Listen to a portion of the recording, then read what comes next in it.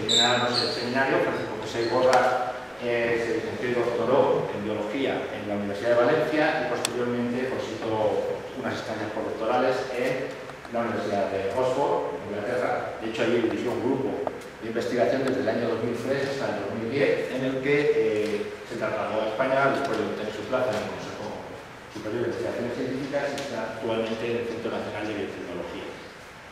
El seminario que nos va a impartir hoy habla del origen y consecuencias del ruido biológico. Sé que para muchos de vosotros esto ha supuesto un enigma a lo largo de esta semana, de que es lo que iba a hablar Francisco José, y os voy a dejar con el enigma hasta que lo explique. Pero yo creo que simplemente vale con decir una frase, y es que cuando salgamos de este seminario probablemente nuestro concepto tradicional sobre lo que es la regulación de la presión química y sobre la mitocondria pues va a cambiar sustancialmente. Y sin más, pues os dejo con Francisco José. Muchas gracias.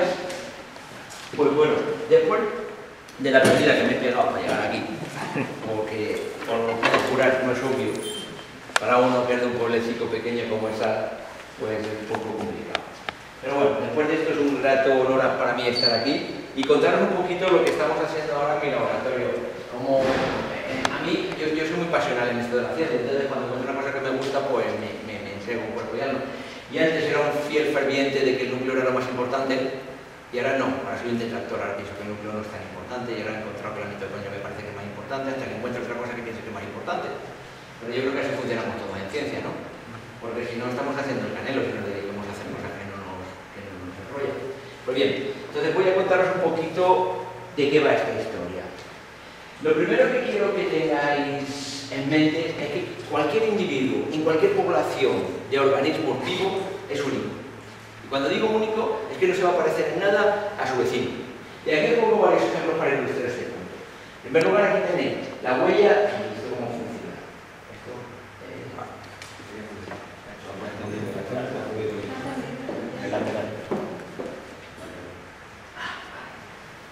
sí, perfecto, gracias. En primer lugar, estas son las huellas dactilar de dos gemelos univitelinos que comparten el mismo genoma, pero como podéis ver, el patrón de las huellas es completamente diferente. Igual genoma, diferente fenotipo. Este gatito es un clon de esta lagarta. Como podéis apreciar, el pelaje es diferente, y los que conocen a esta pequeña bestia dicen que el carácter es muy diferente de este otro. O sea, el mismo individuo, diferente, no, el mismo genoma, diferente genotipo. Yo cuando me interesé en este tema fue por allá por el año 97, cuando pusimos en mi laboratorio a punto una técnica para poder mapear y estudiar la transcripción y poderla cuantificar en células individuales. Esta técnica era muy sencilla, se basaba en el uso de un precursor, como la uridina tritiada se utilizaba en el pasado. Aquí utilizábamos un nucleósido que estaba modificado, que era la bromoviridina. Entonces esta bromoviridina era capaz de atravesar todas las membranas celulares, se trifosforilaba y entonces se podía utilizar como un precursor inmediato de la transcripción. Y podíamos ver la incorporación de esto en el RNA. Y aquí un poco, bueno, no podemos hacer nada toda luz, pero bueno. Lo que quiero que os fijéis es que, por ejemplo, si os fijáis en esta célula, esto es la bromoviridina, la intensidad de señal proporciona la transcripción. Esta célula tiene una alta tasa de transcripción y justo al lado de esta hay otra célula que prácticamente no tiene nada de transcripción. Están compartiendo el mismo ambiente, que esto, lo que hemos aprendido nosotros en genética, es que el fenotipo es la interacción del ambiente con el genotipo. Estas células están en el mismo ambiente, pero están respondiendo de manera muy diferente a los mismos estímulos. Entonces esto fue una cosa que nos llamó mucho la atención, pero en el año 97 nos sobró publicar estas técnicas y sin pasar a profundizar cuál era el origen de esta variabilidad, de este ruido.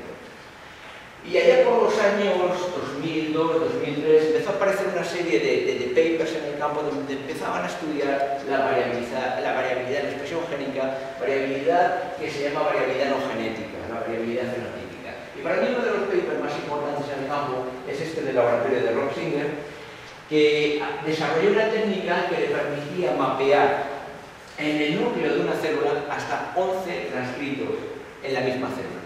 Y esto se basaba en el uso de una serie de oligonucleótidos con diferentes colores. Entonces, para cada mensajero tenía unos códigos de colores que con los ordenadores eran capaces de descifrar qué mensajero estaba transcribiendo en la célula. Pues bien, el experimento que hizo Rob Singer fue coger tomar fibroblastos humanos, hacerlos ayunar, estimularlos con suero y estudiar la expresión de los genes una vez se estimulaba la transcripción.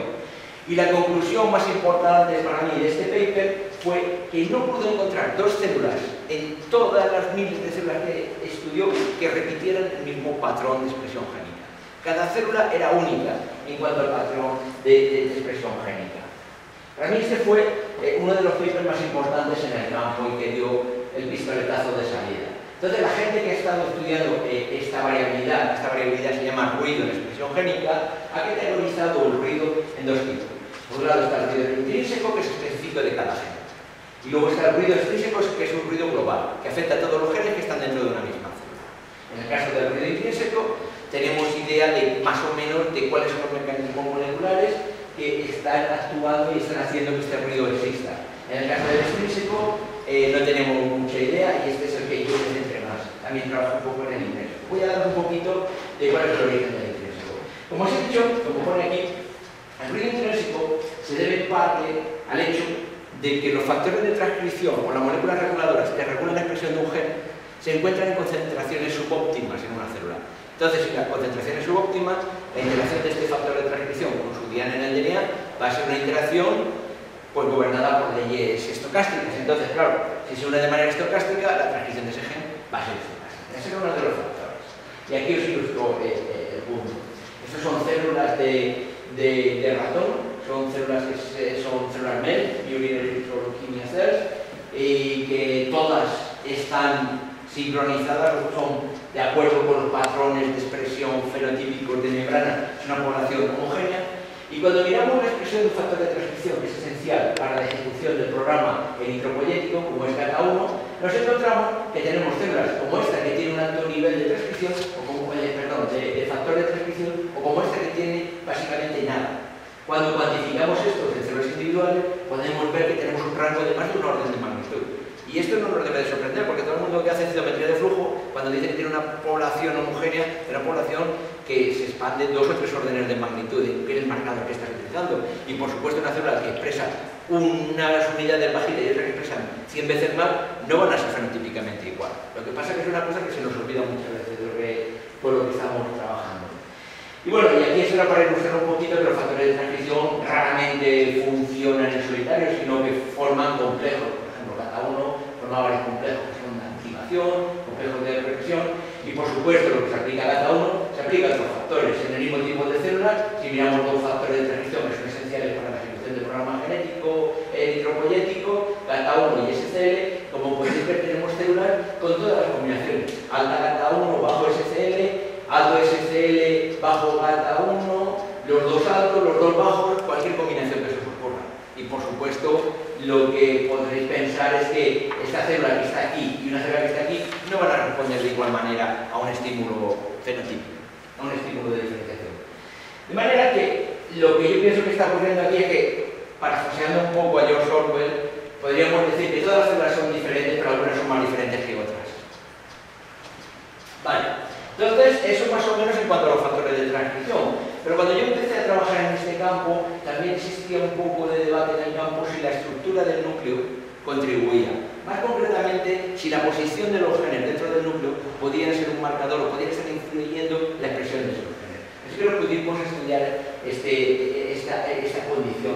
Para ello utilizamos un sistema de células humanas, células primarias, que son células que extraemos de un baficot, de sangre periférica de individuos sanos, y si estas células las cogemos y las separamos y las ponemos, separamos la célula nucleada y estas las ponemos en un sistema de cultivo FIBA, que es un sistema bifásico donde tenemos una primera fase de 4 a 6 días de expansión, donde hacemos que todas las células empiecen a crecer y al cabo de esos 6 días le metemos eritropoyetina, como a los ciclistas, le metemos hierro y le metemos todas las señales, empezamos a hacer que las células empiecen a diferenciarse.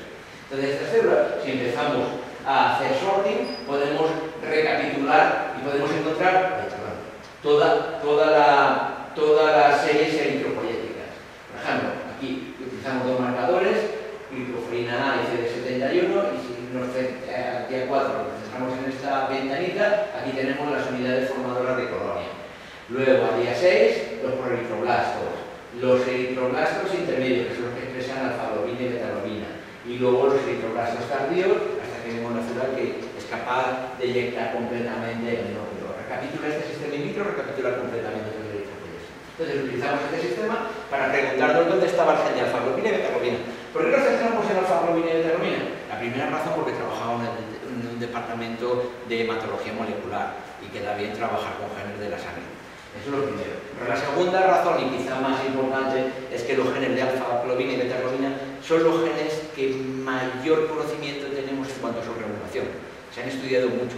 Además son los genes donde tenemos unos patrones de expresión más bien definidos en el tiempo, en el espacio y en la cantidad. Son los genes donde los cálculos que han hecho mucha gente y nosotros llegamos a la conclusión de que la densidad de polimerasa en ese gen, cuando se está transcribiendo, porque se tiene que transcribir una ventana de tiempo muy cortita, es de más de 100 polimerasas por gen. El espacio entre polimerasas es menos de 100 nucleótidos, que sería el empaquetamiento que tienen los genes ribosomales. Por eso decidimos trabajar con esos genes. Entonces, en este caso, lo que hicimos fue echar mano de la liquidación in situ y mirar dónde estaba el gen de la alfa-globina. Primero, con respecto al terreno del cromosoma, eso lo hicimos con liquidación in situ, en verde podéis ver la señal de la alfa-globina y en rojo el terreno del cromosoma, con un cromosoma painting. Y también medimos la posición, dónde estaba si se encontraba en la periferia del núcleo o se encontraba en la región más interna.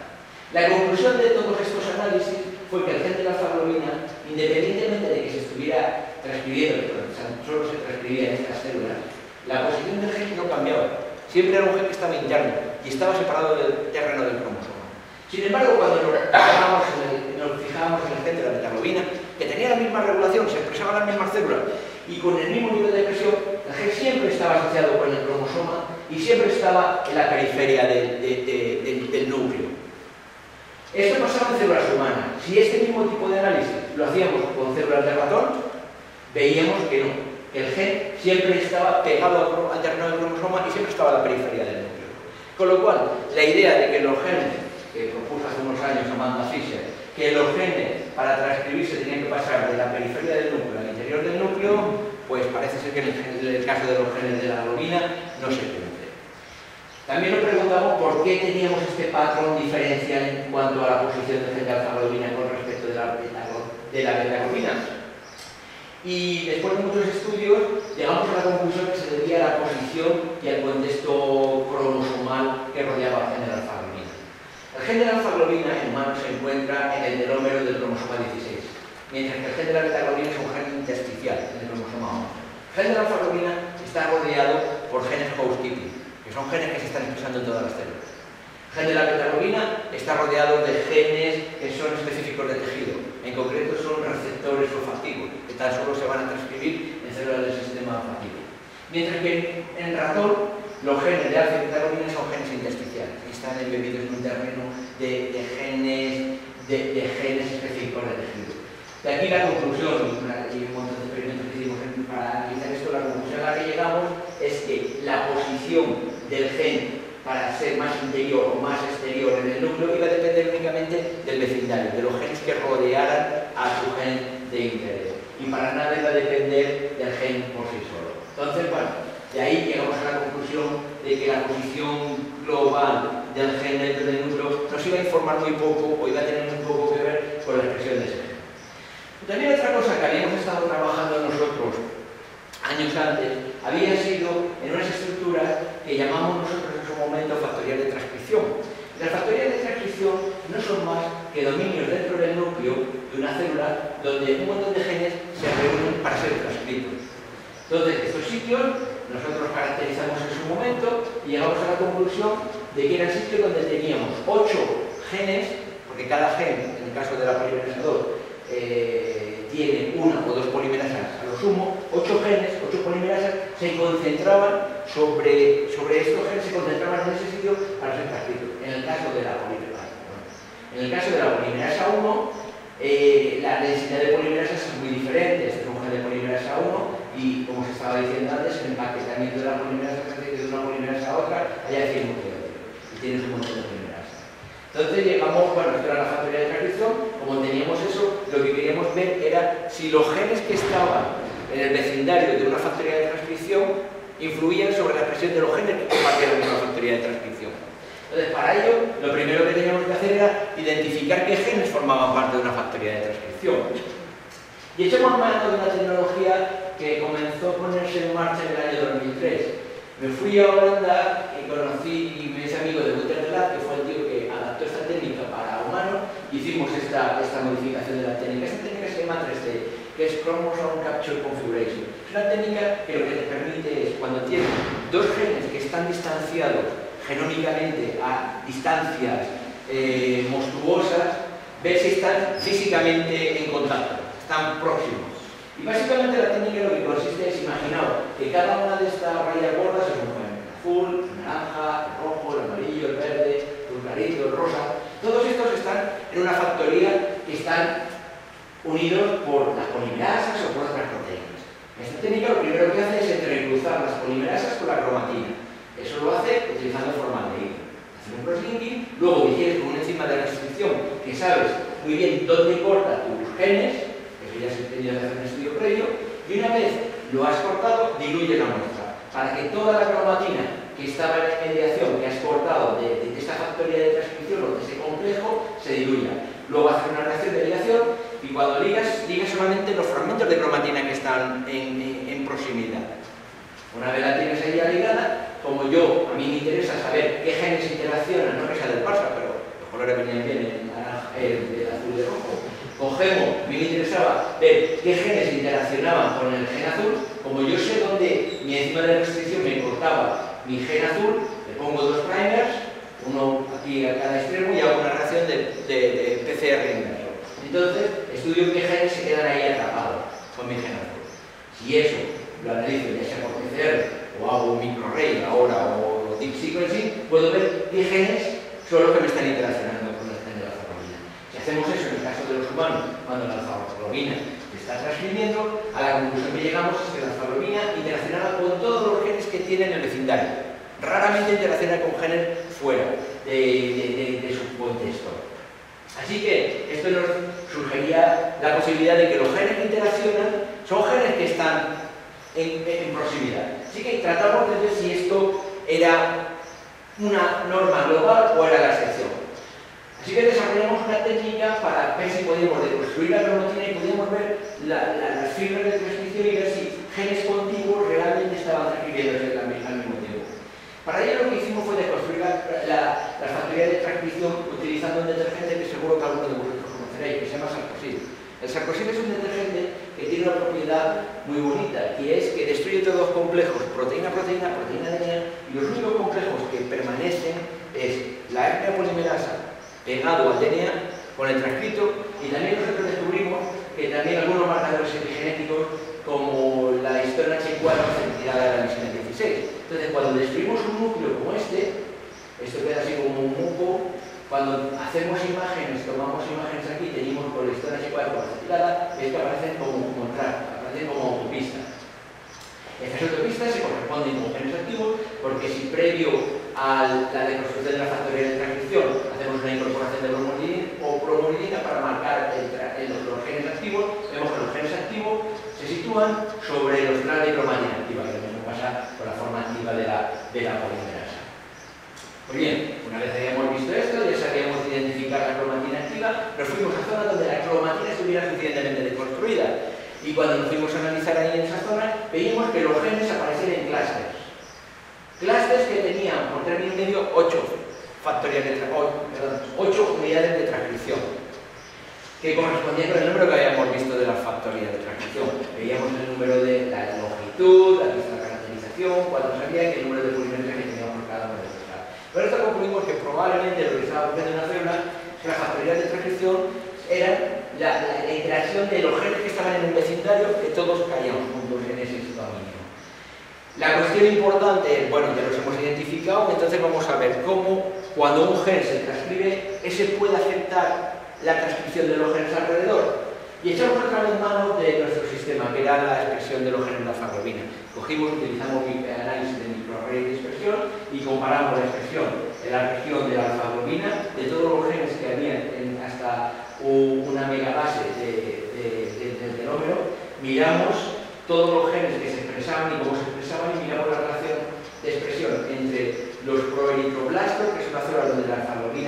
expresa a niveles máximos, y los linfocitos, que no expresan para nada alfa globina. Y aquí tenéis la relación. Y la alfa globina está a 160 kilobases, del telómero estaría más o menos por aquí, por esta zona, y como veis, todos los genes alrededor de la alfa globina, hasta aproximadamente 500 kilobases, están hiperexpresados cuando la alfa globina se expresa. De alguna manera, nuestra conclusión es que los genes alrededor de un gen que está activo, de alguna manera se van a contagiar de esa actividad. Básicamente, sería como el símil, ya pasándolo a dimensiones humanas, sería esto se supone que es el mapa, si no lo sé, lo he sacado de la web. Se supone como que si nosotros tenemos niños, nos va a dar lo mismo de que nuestro niño crezca en Elche, en cualquiera de los barrios, pero lo que realmente va a influir sobre el comportamiento de nuestros niños va a ser nuestro barrio, nuestros vecinos. Si nuestros niños se están juntando con niños que son guays, pues vamos a tener una buena educación, pero si se juntan con niños que no son nada buenos, pues probablemente la influencia va a ser mala. Eso sería ya pasando este mensaje a dimensiones humanas. Pues bien, esto en cuanto al ruido intrínseco. ¿Y qué pasa con el ruido extrínseco? Pues el ruido extrínseco es un ruido global. Queremos utilizar nuestro sistema de homologación para ver si con este podemos obtener información sobre factores globales que regularán el mecanismo génico. Así que nos echamos manos a la masa, y para cortar la historia y hacerlo todo más cortito, nos dimos cuenta que esto sería un problema de velocidades de transcripción. ¿Y cómo supimos esto? Pues bien, voy a contar un poco, no sé si estáis familiarizados con la técnica de FLIP, Fluorescent Photobleaching, Fluorescent Lossy Photobleaching. Bueno, explicaré un poquito. Básicamente nosotros, de lo que disponemos en nuestro laboratorio, tuvimos, cuando yo estaba en el laboratorio de Peter Cook, en aquel momento vino un japonés a hacer una estancia postdoctoral, y este chico trajo consigo un regalito, que fue una línea celular que era una línea CHO, la de Chinese Ovary Hamster, que tenía una mutación termosensible en la seguridad catalítica de la RNA polimerasa 2. De modo que cuando esta célula la hicimos en 34 grados, crecían perfectas, pero si elevábamos la temperatura a 39, la polimerasa no era funcional y la célula se moría. Nosotros rescatamos la mutación expresando la RPB1 con GFP, de modo que podíamos rescatar la mutación y las células eran funcionales. Todas las células eran verdes y las células que crecíamos a 39 grados eran felices. Entonces analizamos el comportamiento de esta molécula para ver si podíamos tener información de las propiedades cinéticas. Básicamente, cuando hacemos esta técnica de FLIP, lo que hacemos es imaginaros que este óvalo es un núcleo y que cada una de estas pelotitas rojas es una molécula de RNA polimerasa. Con la técnica de FLIP lo que hacemos es que establecemos una máscara donde aplicamos toda la potencia del láser. De modo que todas las moléculas que están en el área de fotoblanqueado se van a fotoblanquear. Si nuestras moléculas son dinámicas, las moléculas van a salir de este área, van a subir al área donde no se está produciendo el fotoblanqueado, y las moléculas del área sin fotoblanqueado, que no está fotoblanqueado, van a entrar en esta otra área donde se van a fotoblanquear. La conclusión es que si nosotros medimos la intensidad en el área no fotoblanqueada a lo largo del tiempo, vemos que la intensidad cae con el tiempo. Entonces, midiendo las propiedades cinéticas de estas moléculas, podemos obtener información importante, como voy a mostrar ahora. Eso es el sistema experimental. Nosotros tenemos un modelo de cómo funciona la RNA polimerasa. Para nosotros la RNA polimerasa existe en una forma de una molécula libre, interaccional con el DNA, formando un complejo de iniciación, que a veces este complejo de iniciación revierte, y esto sería restricción abortiva, y esto, muchas veces, este complejo, se producen las fosforilaciones en el CCD que tienen que ocurrir y tiene el complejo adecuado, entonces esta polimerasa entra en el modo elongación. Una vez la polimerasa acaba el ciclo de elongación, esta polimerasa se recicla y vuelve otra vez al pool libre. Este es nuestro modelo que tenemos. Entonces, en este modelo, donde tenemos una flecha, podemos tener una constante cinética. Entonces, con este sistema de FLIP, lo que tenemos es información directa de la CASU2 y de la CASU4. Esta CASU4, nosotros pensamos que es un parámetro que nos va a estar midiendo la velocidad de transcripción. Bueno, este es el tipo de output que tenemos cuando analizamos el área no fotoblanqueada. Vemos que tenemos un decay con el tiempo, que parece ser que es una exponencial. Cuando hacemos la transformación adecuada tomando logaritmos, vemos que tiene tres componentes. Un componente que es difusión, que son las moléculas que están libres, este sería el pool de polimerasa que se está moviendo libremente en el núcleo de la célula. Luego tenemos dos poblaciones, una con una constante relativamente corta, que es una CASU2, esta es una que es insensible a los inhibidores de elongación, y esta otra que tiene una vida media mucho más estable, mucho más larga, y esta es la K4. Sabemos que K4 porque esta es la única que es sensible a los inhibidores de elongación de RNA polimerasa 2. Entonces ya podríamos distinguirla de diferentes formas la polimerasa. Entonces lo que nos planteamos es, bueno, vamos a ver en células individuales. Entonces medimos en células individuales el valor de esta K4 y nos encontrábamos que teníamos pues, un rango de valores. Tenemos células que transcriben a una velocidad, porque esto lo podemos saber el tamaño medio de un gen en una célula de hámster, podemos inferir la velocidad de transcripción. Tenemos polimerasas que transcriben a 0,5 kilobases por minuto y polimerasas que llegan a transcribir a 10 kilobases por minuto, la misma población de células. Entonces la cuestión era de a qué se debía esto. Bueno, lo primero era ver si este fenómeno que nosotros habíamos visto estaba o no relacionado a la incorporación de bromolidina. Entonces lo que hicimos fue hacer el experimento, hacer un photobleaching, medir la constante cinética y justo después de hacer el photobleaching lo que hacíamos era incorporar bromolidina a las mismas células. Una vez habíamos incorporado la bromolidina y la detectábamos por anticuerpo, volvíamos a coger ese cultivo y volvíamos a identificar las mismas células y medíamos la cantidad de bromolidina que se había incorporado y la comparábamos con el valor de cinético de la polimerasa. Como veis aquí, se corresponden perfectamente. Las células que incorporan mucha bromolidina, las polimerasas se intercambian muy rápidamente, o sea, transcriben muy rápido. Las polimerasas que transcriben muy lento y incorporan muy poca bromolidina. Teníamos que los dos fenómenos eran equivalentes. La siguiente cuestión que nos preguntamos era si las polimerasas, todas las polimerasas dentro de una célula transcriben a la misma velocidad o teníamos una serie de polimerasas que transcribían muy rápido, pero había otras que eran prácticamente inactivas. Así que nos fijamos en la facilidad de transcripción en células que tenían un alto nivel de transcripción o células que tenían un bajito nivel de transcripción. Como podéis ver aquí, las células que tienen un alto nivel de transcripción, todas las factorías tienen un nivel consistentemente alto, y las que tienen un bajo nivel de transcripción tienen un nivel consistentemente bajo. Entonces esto nos está indicando que probablemente con lo que nos estamos encontrando era con algún tipo de precursor, algún tipo de molécula que se estaba utilizando estas polimerasas para transcribir.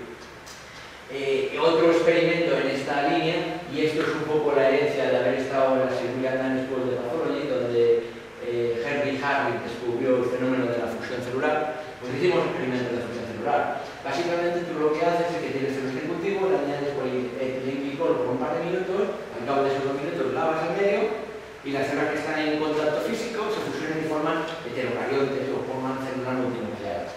Cuando formábamos las células multinucleadas, al cabo de 1 hora le metíamos bromolidina, creábamos la transcripción y veíamos que las células, tan pronto como comparten un citoplasma, la intensidad de los núcleos que comparten el citoplasma es idéntica. Está con 3 núcleos, está con 2 núcleos, está con 2 núcleos, está con 2 núcleos. Y lo mismo se aplicaba a la cinética, la caso 4 de células multinucleadas, en el caso de las otras líneas que tenía la polimerasa.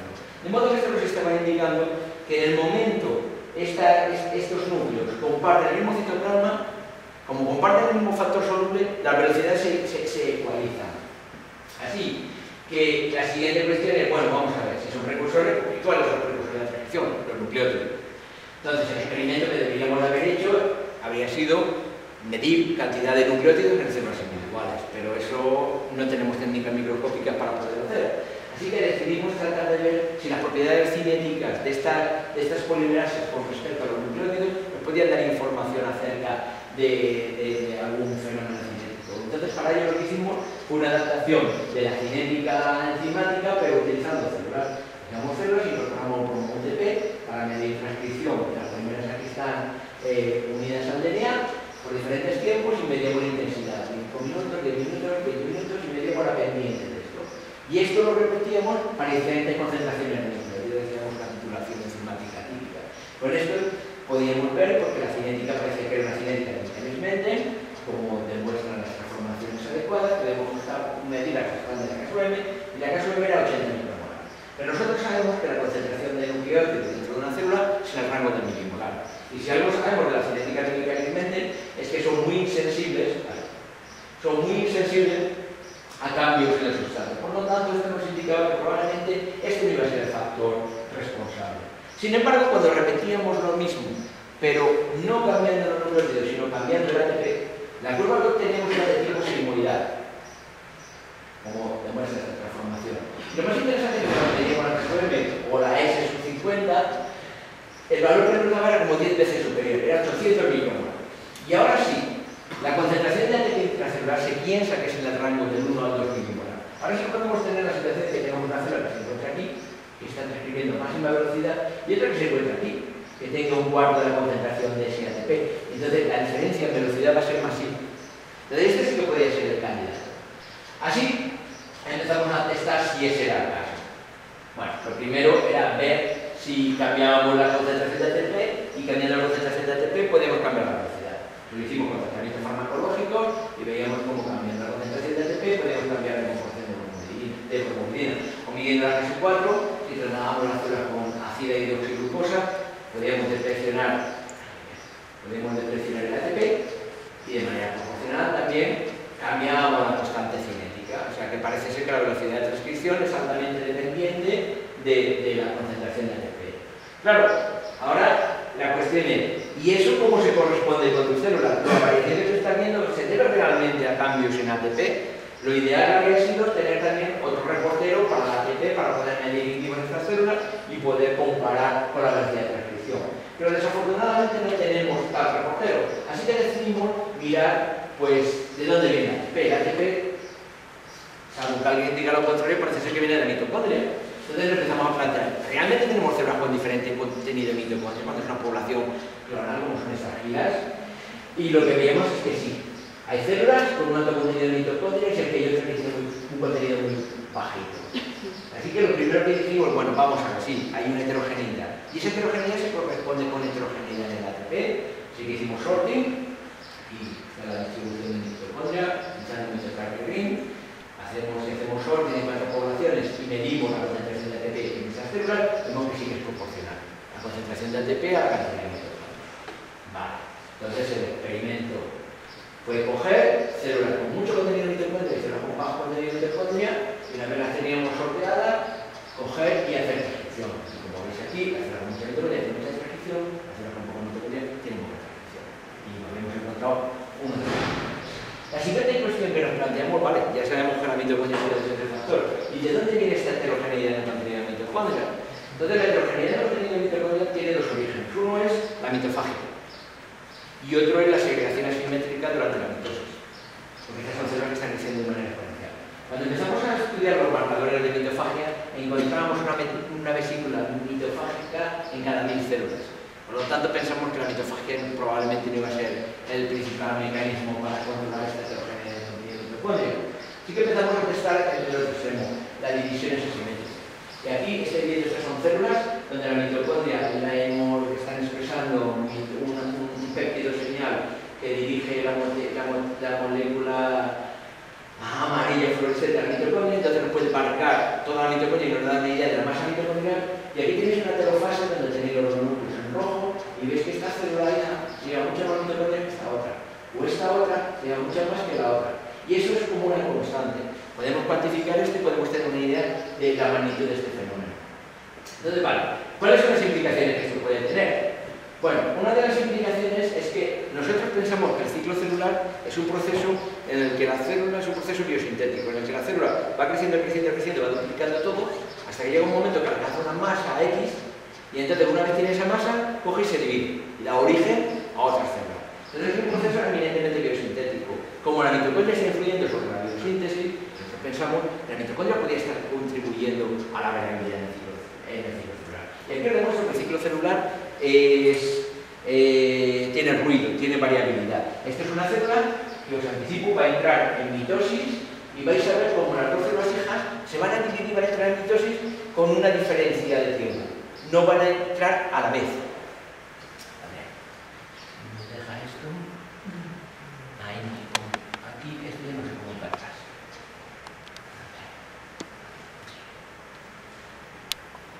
De hecho, aquí. Interior.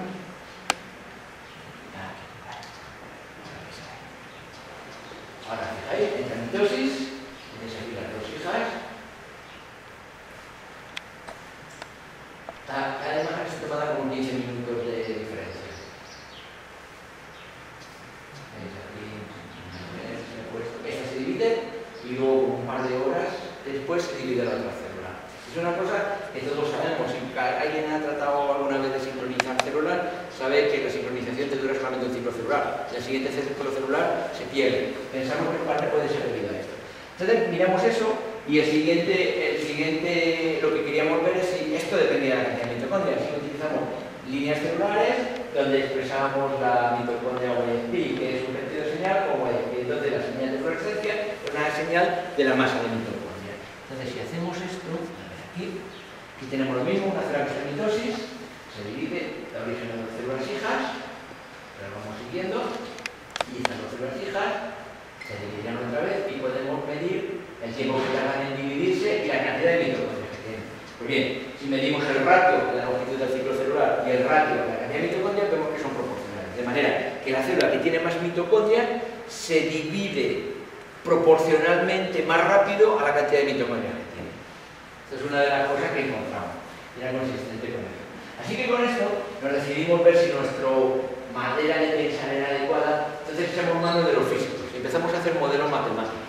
Porque la idea era que si no se nos habían escapado todos los detalles del modelo matemático, tendría que ser capaz de explicarnos esos datos. Y además lo bueno del modelado matemático es que te permite hacer una serie de predicciones que no son obvias con la observación directa. Así que hicimos un modelo matemático donde teníamos solamente tres variables en cuenta: el volumen de la célula, la cantidad de mitocondria, la masa de la mitocondria y la funcionalidad. Y las condiciones que poníamos eran que las células crecen hasta que alcanzan una masa determinada y en ese momento se dividían, que era el doble de lo que tenían al principio, y que la partición de la mitocondria era independiente del volumen. O sea, que la mitocondria se dividía de manera independiente, se segregaba de manera independientemente al volumen de la célula. Entonces lo primero que hicimos fue ver si el modelo generaba un número, si se podía corresponder con nuestros datos. Aquí tenéis en azul nuestra distribución experimental de la masa mitocondrial de nuestra población y la predicción del modelo. Como veis, ambos se solapan bastante bien. Luego medíamos, luego también hacemos unas predicciones de la relación entre la longitud del ciclo celular y la cantidad de mitocondria, en rojo el modelo y en azul nuestros datos experimentales que se solapan perfectamente, o la variabilidad de transcripciones del ciclo celular de igual manera. O sea, esto nos daba bastante confianza de que nuestro modelo era capaz de pillar la esencia de nuestro experimento. Así que empezamos a preguntarle a nuestro modelo qué predicciones podía hacer. La primera era cómo, si de algún modo la mitocondria podía influir en el ruido de expresión génica, lo que os había comentado antes, el ruido este extrínseco, el ruido este global. Y la predicción de este modelo es que sí, que la mitocondria, que son las líneas estas azules, va a contribuir dramáticamente al ruido de expresión génica. Y luego otro fenómeno que también parecía que podía estar influido por la mitocondria era la diferenciación celular. Aquí os tengo que decir un poquito, para los que no sepáis de diferenciación celular y de célula madre. Aparentemente las células pluripotentes son células que son bivalentes, que pueden dar origen a dos tipos celulares. Por ejemplo, en este caso, si cogemos una célula multipotente, que es el precursor de la célula amiloide y de la célula eritroide, estas células están expresando a niveles muy bajos dos factores de transcripción que son el PU1 y el GATA1. Están a niveles pero prácticamente indetectables. El consenso entre los científicos en el campo es que en un momento dado el factor GATA1 se transcribe más y entonces ¡pum!, las células se van hacia la diferenciación eritroide. Y en otra célula el factor mieloide PO1 se expresa más y entonces se va hacia esta línea. Este es un fenómeno que está únicamente, o por lo menos lo que se piensa, determinado por factores estocásticos, en un proceso de ruido.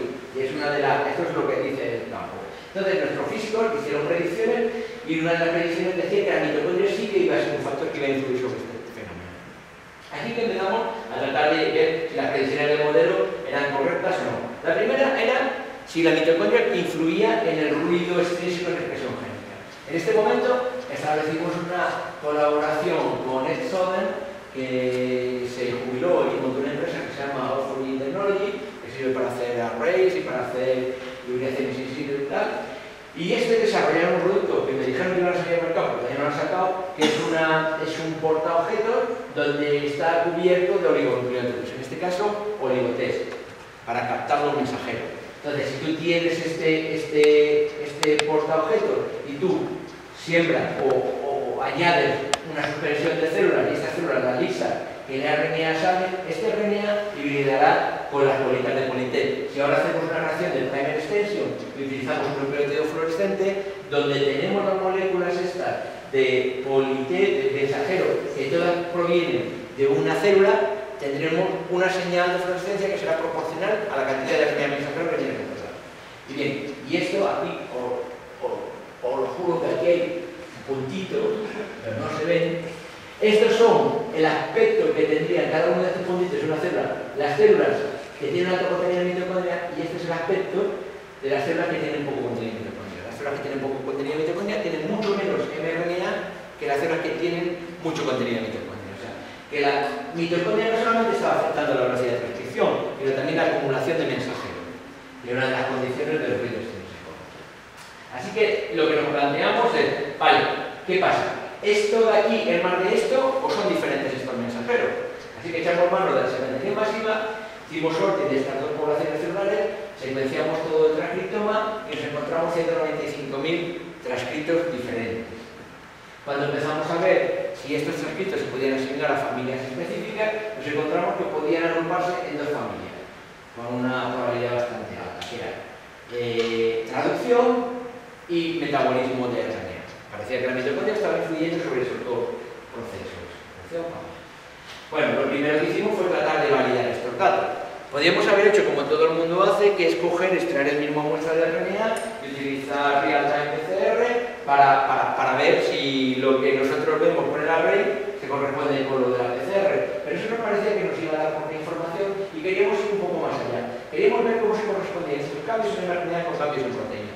Así que identificamos una serie de genes para los cuales pudimos obtener buenos anticuerpos, hicimos el sorte de las células y cuantificamos el cambio en el contenido de proteína. ¿Y cómo se correspondía el cambio en RNA para esos genes concretos los cambios en proteína?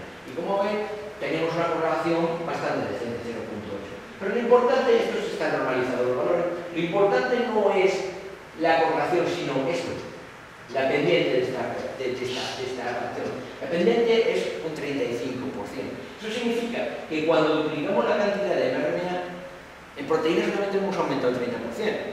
Entonces, y un 30% en proteínas, a lo mejor por una proteína en concreto como MYC puede ser muy importante, pero en general para muchos factores, para muchas proteínas eso va a ser irrelevante.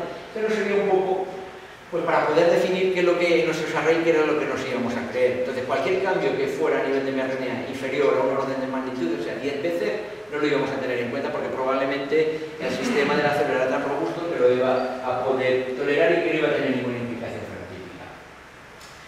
Bien, como os he dicho, eso es una manera de validar. Otra manera de validar era validar en vez de ir validando gen por gen, lo que, como os he dicho, que teníamos procesos biológicos que estaban afectados por el contenido de mitocondria. Uno era el procesamiento del metabolismo del RNA y otro era la traducción.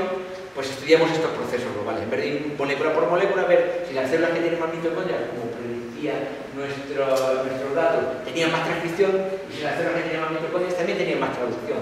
Y hicimos transcripción in vitro y veíamos que sí, que las células con más mitocondria tienen más cantidad de RNA naciente, y en traducción lo podemos medir a varios niveles. Primero, la cantidad de RNA ribosomal. Las células con más mitocondria tienen mayor cantidad de RNA ribosomal o tienen más síntesis de proteína estimulada, porque la síntesis de proteína se puede estimular por medio de la fosforilación de la proteína S6, y veis que las células con más mitocondria tienen más proteína fosfo S6, o podemos medir traducción in situ utilizando estos kits que ahora te vende Invitrogen, utilizando la química esta del Clipit. Podemos meterle un aminoácido que por técnicas químicas lo podemos derivar con una ácida y podemos ver fluorescencia. Si hacemos esta técnica podemos medir en forma individual la cantidad de síntesis de proteínas, relacionarlo con la cantidad de mitocondria, y vemos que las células con más mitocondria realmente tienen mayor traducción.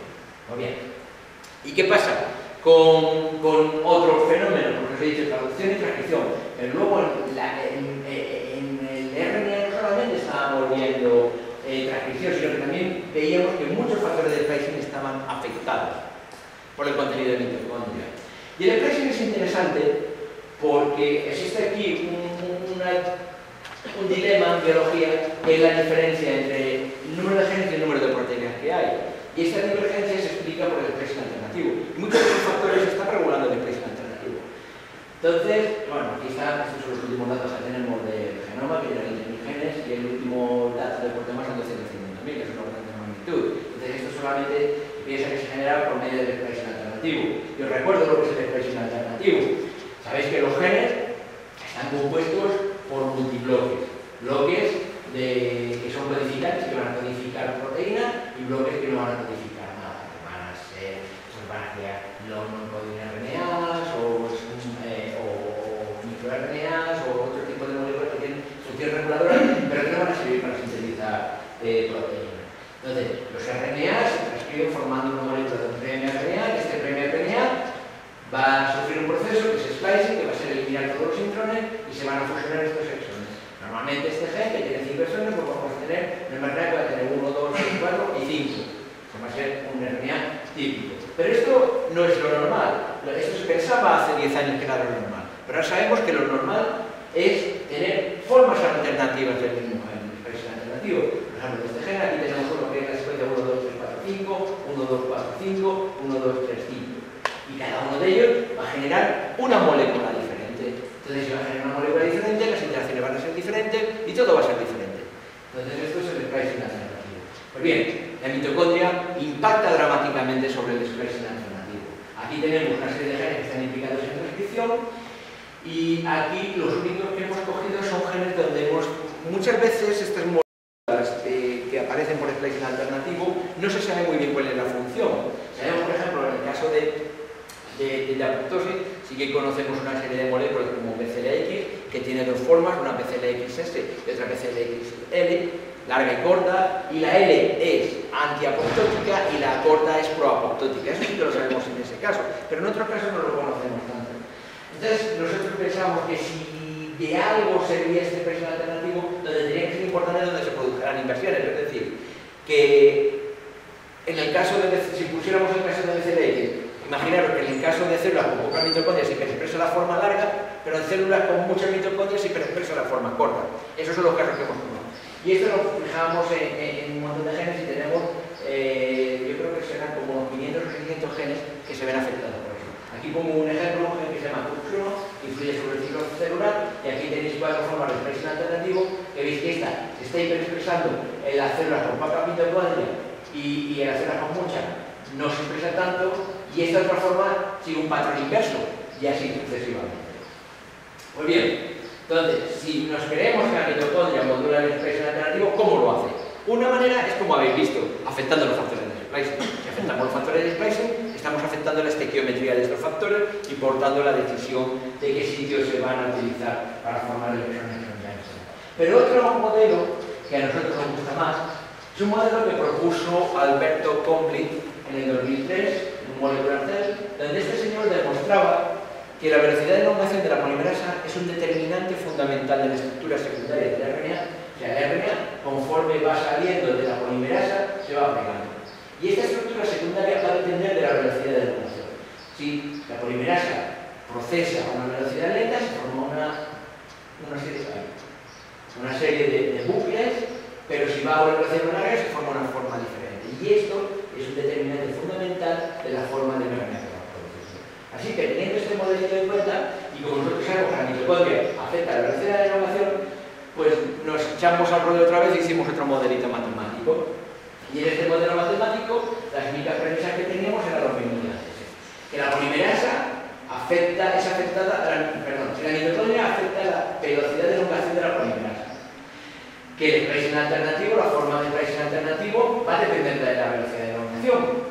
Y que la mitocondria puede afectar el ruido intrínseco. Eso no lo he enseñado, pero tenemos datos también en ese sentido. Con eso producimos este modelo, donde tenemos una serie de variables, V, que es la velocidad de elongación de la polimerasa, la velocidad que se van a producir estos mRNA, y estos parámetros alfa 1 y alfa 2, que van a depender es de que se forme una estructura de RNA u otro, que depende también de la mitocondria, y también la vida media de estos RNA, que van a depender también, pues pensamos en principio del contenido mitocondrial. Con ello generamos una serie de ecuaciones diferenciales y empezamos a hacer una serie de simulaciones matemáticas. Aquí tenéis la distribución de nuestros datos incrementales. Estos son transcritos tomados, formas de splicing alternativo tomados de 2 en 2, pero hemos visto con otros pares y tenemos el mismo tipo de patrón. Y veis, aquí tenemos formas donde las dos se expresan poco, las células con más mitocondrias que la de menos, estas donde las dos formas se expresan más, las células con alto contenido de menos, y estas son las inversiones, que son las que analizábamos antes, donde las células con más mitocondria se expresan más y en las de menos mitocondria menos o viceversa. Entonces, estas son la distribución experimental y esta es la distribución de nuestro modelo. Como veis, son básicamente, nuestro modelo es capaz de capturar la esencia de lo que estamos viendo. O sea, con un modelo puramente cinético podemos explicar la variabilidad de los patrones de escala alternativa. Por bien, vale, con eso más o menos ya teníamos cómo la mitocondria está influyendo sobre el splicing alternativo y sobre la abundancia de mensajeros. Pero también os estaba diciendo antes que una de las predicciones de nuestro modelo es que la mitocondria podría ser un modulador de la diferenciación celular. Y aquí en este caso lo que echamos mano fue de un sistema de diferenciación celular que conocíamos bastante bien, que es la diferenciación de las células hematopoyéticas humanas. Cogimos células de cordón umbilical humana, la CD34 positivas, que de acuerdo con todos los cánones son donde están las células madre humanas, y estas células, una vez las teníamos separadas, las separamos otra vez en función del contenido de mitocondria. En células con alto contenido, estas, y células con bajo contenido. Y entonces hicimos los ensayos típicos de trasplantes en ratones y los de formación de colonias. Y para resumir todos estos resultados, a la conclusión que llegamos es que las células con un alto contenido de mitocondria, esas células ya estaban diferenciadas, y las células con un bajo contenido de mitocondria eran las que realmente eran las células madre. De modo que nos está indicando que sí, que las células, que el contenido de mitocondria puede ser uno de los factores que determine el ser feliz. Así que básicamente, y ya para terminar, quería que os quedarais con dos mensajes. Primero, que la mitocondria es un factor que puede influir sobre el ruido de expresión génica a dos niveles. Uno es regulando la abundancia de los mensajeros, y otro, que no lo habíamos anticipado, bueno, aunque si te pones a pensar un poquito, tiene un poco de lógica, que era la variación en el expresión alternativo. Y luego puede tener influencias en procesos tan importantes como pueda ser la diferenciación celular. Así que, y esto es un mensaje que he robado de los físicos, para los biólogos no era tan obvio, aunque yo creo que ya cada día tenemos más claro que los sistemas biológicos no son lineales. O sea, tú puedes cambiar un parámetro de manera lineal, pero la respuesta que tienes no es lineal. Y esto que estamos viendo aquí es un claro ejemplo. Nosotros podemos cambiar, o va a cambiar la naturaleza, el contenido de mitocondria, pero el fenotipo que estamos obteniendo es completamente diferente, o sea, no es una respuesta gradual. Así que esto, como en los físicos, es eso de... Ellos no ponían mitocondria, ponían otra cosa, pero básicamente el mensaje es que mitocondria más mitocondria significa algo diferente, ¿no? Más de lo mismo. Y esto es básicamente lo que quería contaros hoy. Si tenéis alguna pregunta, pues nada.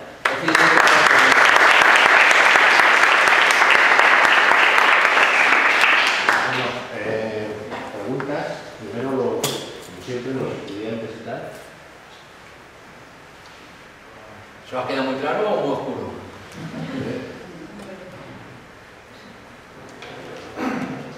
Si tienes dos poblaciones celulares, por ejemplo, una célula normales y otra tumorales, la probabilidad de encontrar las células tumorales células con macroglobos que son normales.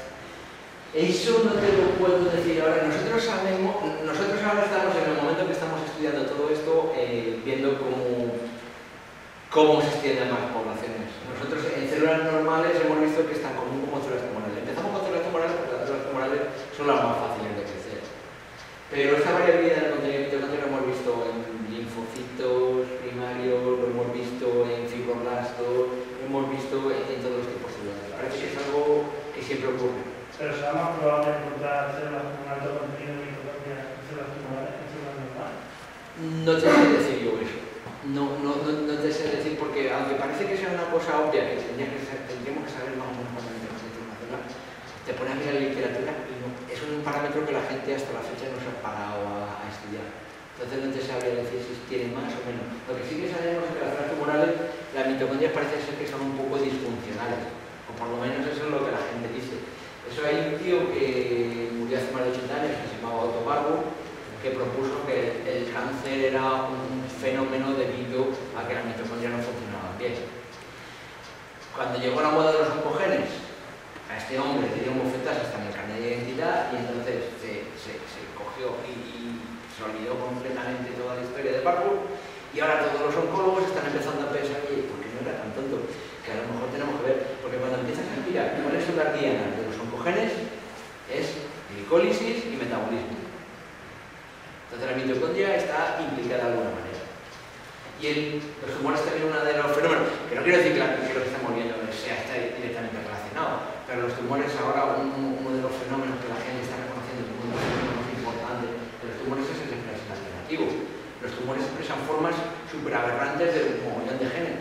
Y claro, si tú expresas una forma aberrante, en el complejo en el que se va a ver implicada esa proteína va a ser un complejo aberrante. Y eso te explica un poco toda la disfuncionalidad, en cierto modo.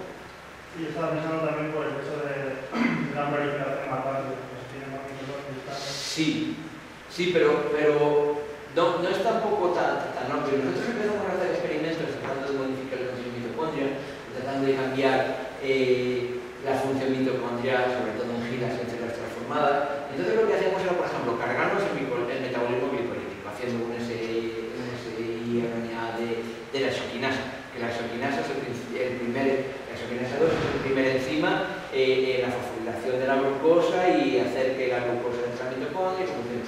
Pues nos cargamos eso, o adaptamos la célula también a vivir en medio con galactosa, sin glucosa, y le metemos glutamina, entonces la célula empieza a utilizar la mitocondria, ya no utiliza la glicólisis, y en todas las condiciones, cuando medíamos contenido de ATP, el contenido de ATP era el mismo. Las células son muy plásticas y de alguna manera se adaptan todo el metabolismo para producir lo que necesitan. Entonces no sé responder, porque no sé la respuesta a esa cuestión. La impresión es que la célula, cuando necesita hacer algo, lo hace. En el caso de un virus que se apropie de la maquinaria celular genética, si tú separas dos poblaciones, unas con alto contenido de mitocondrias y otras en bajo, si infectadas con el mismo virus, tendría más dificultad o menos en un tipo de... Eso dentro de un año te lo responderé, porque un compañero mío trabaja con hepatitis C y tiene un sistema in vivo y él ha visto que uno de los targets de la hepatitis C son las MAMS, que son proteínas que interaccionan con la mitocondria, y la primera enzima de la alteración que tiene es la mitocondria. Lo acaban de publicar, entonces la siguiente cuestión que se están planteando es esa misma que se están planteando. O sea, de momento no lo sabemos, pero sí, probablemente va a haber ahí algo. Cuando hablas de mitocondrias, ATP y tal, entonces tú puedes establecer que realmente la carga energética celular media a nivel de ATP es la que realmente está regulando los procesos de transcripción, a ser todo dependiente de energía. Sí, pensamos que sí, sobre todo la elongación de la polimerasa. La polimerasa depende mucho de la cantidad de ATP que tiene la célula. Eso es, todos los ensayos que hemos hecho nos llevan a pensar que sí. ¿Qué es eso? Sí. Esto in vivo, ¿qué representa? Porque, in vivo, el que cada célula dentro de un entorno no tenga los mismos niveles de transcripción, de alguna manera es lógico. Es decir, si tú tienes, por ejemplo, una secreción de una quimioquina que tenga una actividad paracrina, Sí. lógicamente en un órgano todas las células están en un entorno. Entonces va a llegar esa señalización de distinta manera y en distintas grados. Sí. Entonces es normal encontrarte con esto. Sí. Sí y no, te digo. Porque yo pienso que esto es relevante para fenómenos como cáncer o para fenómenos como diferenciación celular. Pero cuando estamos hablando de un hígado, creo que va a ser completamente irrelevante. Y te digo por lo siguiente. Es que en un hígado las células están unidas por un energado. Entonces, en un hígado todas las células energéticamente van a ser como un sitio. Van a tener todas la misma concentración de ATP. Y ahí eso no va a ser un problema. Pero en las células tumorales, una de las primeras cosas que hacen, las primeras transformaciones es coger y cargarse todas las uniones. De modo que esa célula se independiza de las otras. Entonces esa sí que va a ser señalizada de una manera independiente y el ATP yo creo que va a ser muy relevante. Pero en un tejido, estoy completamente de acuerdo contigo, que ahí esto no va a tener mucha importancia. Yo creo que donde va a tener importancia va a ser en fenómenos de diferenciación celular, donde eso va a ser importante, o en fenómenos como la tumorogénesis, donde las células no tienen nada que ver una célula con la de al lado. Sí, están ahí ocupando el terreno, pero no se comunican de manera normal. Eso es nuestra interpretación. Que a lo mejor me pregunta dentro de un año y te digo que no, que esto es tontería porque no es otra cosa. Pero bueno, nosotros lo leemos ahora.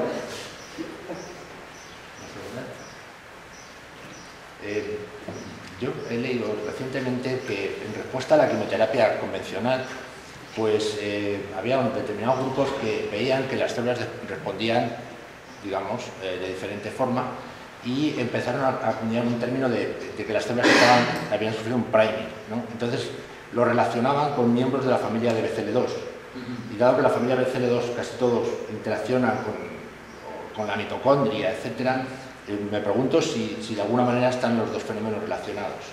Sí, nosotros hemos visto, por ejemplo, BCLX es uno de los genes que se ven afectados por la mitocondria.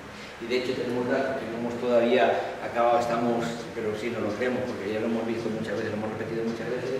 Lo que hemos visto, no sé si conoces un paper que publicó en el 2009 en Nature, Peter Sorger, el MIT, cogía una población de gilas, una población clonal, y le metía trial, 50 nanogramos por mililitro. Y él veía que había una fracción de células y el 80% de las células se morían. Y un 20% de las células estaban vivas. Cogía ese 20%, lo expandía y le volvía a meter otra vez el trial.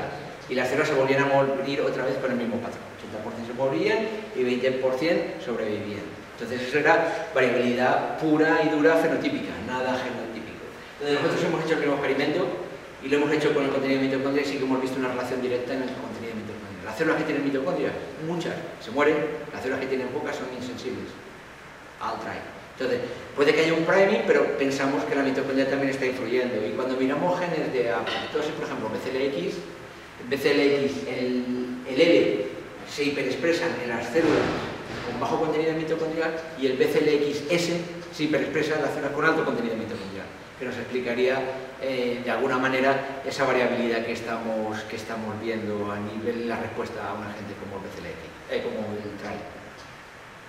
Entonces sí pensamos que no va a ser en todos los casos, pero que sí que puede estar jugando un papel. Porque es lo que te decía antes con el expression alternativo. El expression alternativo, donde siempre cuando tenés alguna revisión de expression alternativo, donde te ponen como el fenómeno biológico donde parece ser más importante es en apoptosis, donde encontramos las mayores variantes en la caspasa 8, la caspasa 3, la caspasa 9. Tiene un montón de formas de expresión alternativo, MCL1, que también tiene dos formas de expresión alternativo, una que es proapoptótica, otra antiapoptótica, BCLX y eso sí, pensamos que sí que puede estar jugando un papel en eso. Y la relación entre la mitocondria y el retículo endoplánico, que últimamente se está hablando bastante, sobre todo a nivel de la regulación de... Sí, de calcio. Sí. Sí, ahí no hemos hecho nada. Ahí tengo un amigo que se supone que tenía que estar haciendo, pero no hemos estudiado mucho en ese sentido. Ahora estamos todavía en esto, ver los cambios globales en la cantidad de mitocondrias, cómo regulamos eso y cómo se puede estar influyendo. No nos hemos ido todavía al detalle más fino, pero sí puede que haya también ahí algo. La historia, nosotros como nos gusta pensar en esto, era lo que te comentaba antes, que hay una serie de papers, hay una revisión de Eugene Koenig en Nature, donde cuando habla del origen de los intrones y los extrones, propone que los intrones aparecen en el momento en el que se forma el endosimbionte, que tenemos la protobacteria y la eubacteria que se fusionan, una da origen a la mitocondria y la otra al núcleo, y lo que ocurre es que la protobacteria, que es la que va a dar origen a la mitocondria, empieza a bombardear el genoma de la eubacteria con transposones, y esos transposones son los que van a dar origen a los intrones. Entonces, esa eubacteria, para protegerse, lo que hace es crear esa vuelta al núcleo, para separar el RNA maduro del RNA no maduro. Y entonces, si eso es verdad, para mí hace mucho sentido que la mitocondria y el splicing, las dos cosas hayan evolucionado o coevolucionado y las dos cosas se lleven bien, más o menos. Entonces es como nos gusta pensar, pero ya te digo, esto es hoy. Dentro de un año a lo mejor digo, ¿qué tontería he dicho? Puede ser. Pues entonces, bueno, si me acabo de poner la pregunta como me acaba de decir Miguel, sobre todo con las feministas del tipo de problemas, nosotros estamos muy interesados en el proceso de autofagia y también parece ser que la generación de la misma de autofagia va mitocondria, uniones del retículo endoplásico y tal. Y eso implica muchos procesos, por ejemplo, de respuesta inmunitaria. Esto implicaría entonces que simplemente que el azar determine mayor número de mitocondrias una célula que otra va a determinar también, en cierto modo, por ejemplo, capacidades como autofagia, la respuesta inmune. Sí, probablemente.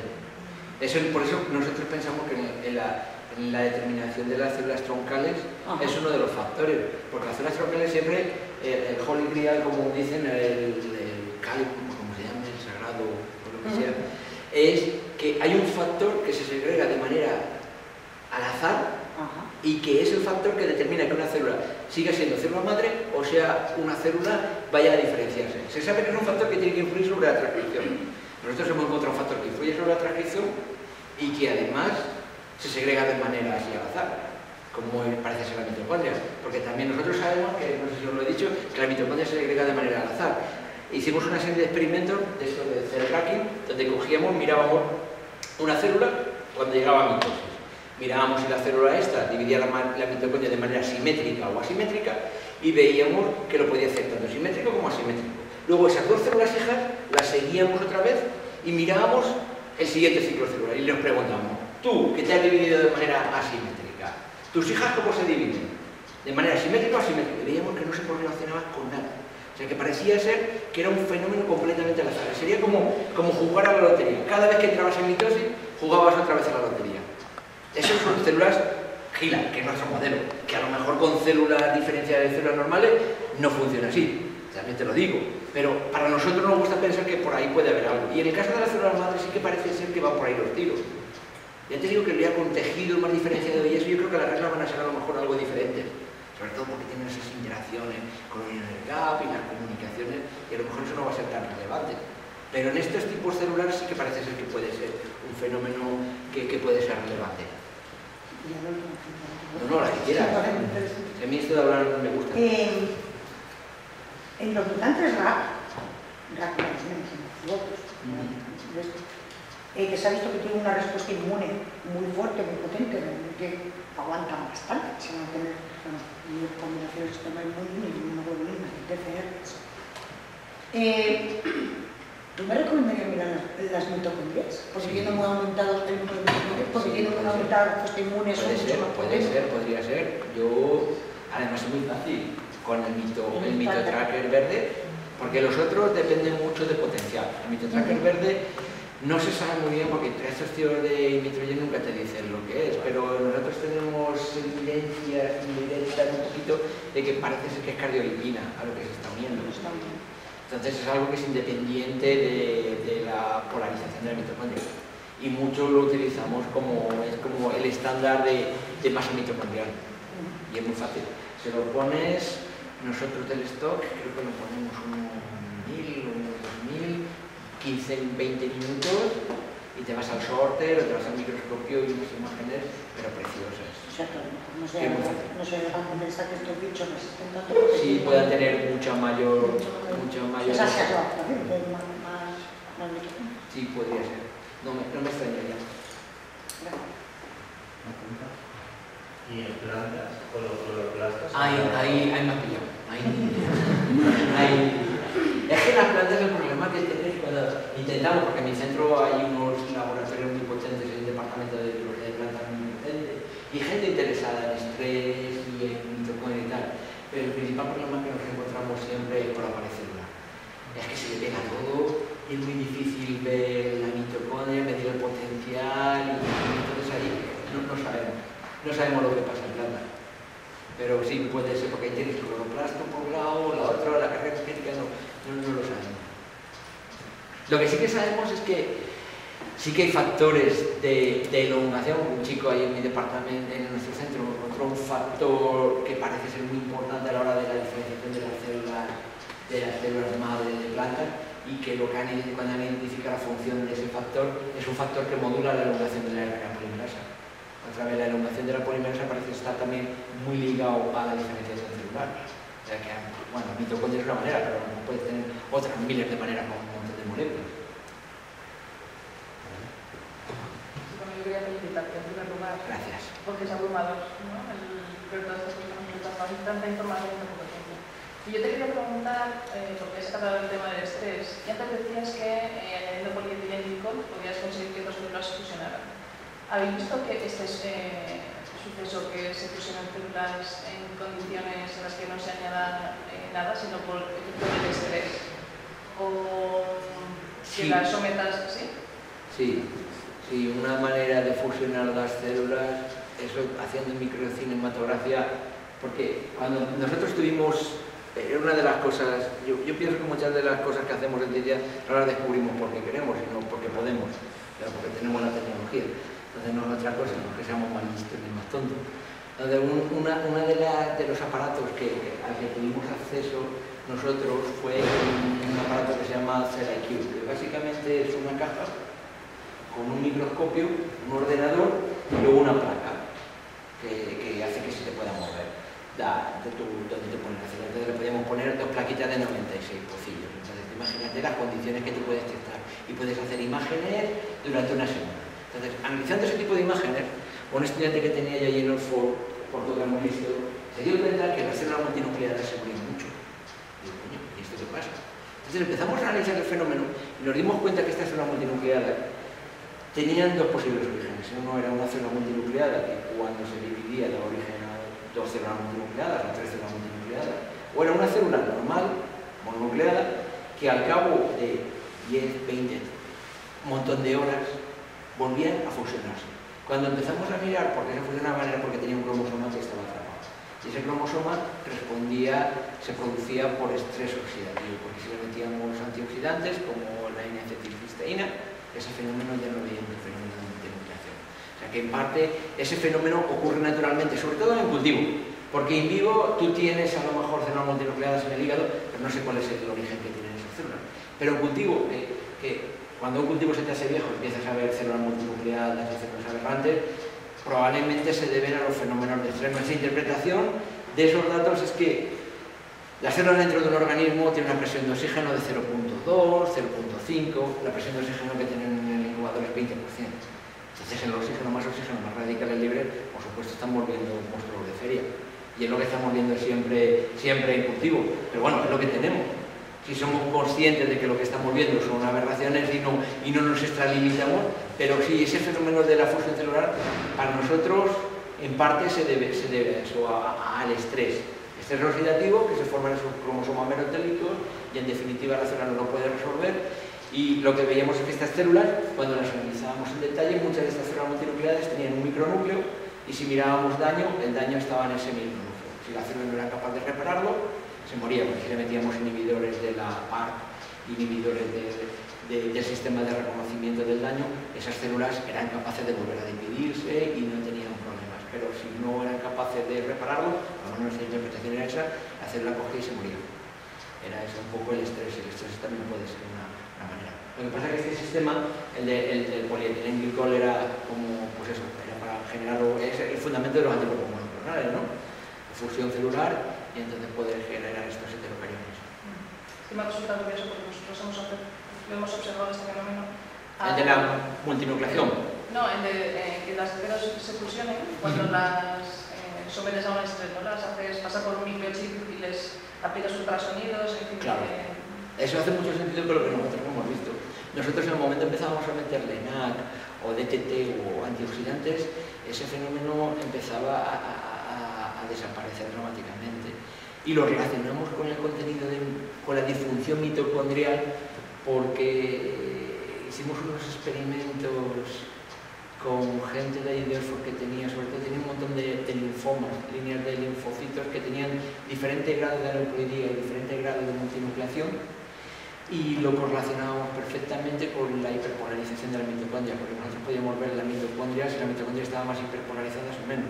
Pero nosotros pensamos que se debe también al metabolismo glicolítico, porque cuanto más glicólíticas sean las células, las mitocondrias son más disfuncionales y producen más radicales libres. Entonces, claro, pero ahí tienes ese fenómeno y un fenómeno que se te superpone, que es la presión de oxígeno que tenemos en condiciones normales. De hecho, la mayoría de la gente que trabaja ahora con células madre, para evitar la formación de células aberrantes con aneuploidías, lo que hacen es empezar a utilizar cámaras hipóxicas.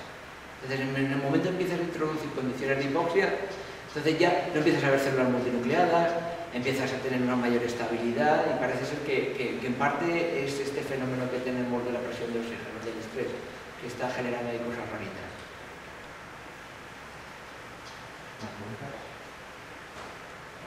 Muchísimas gracias. De nada.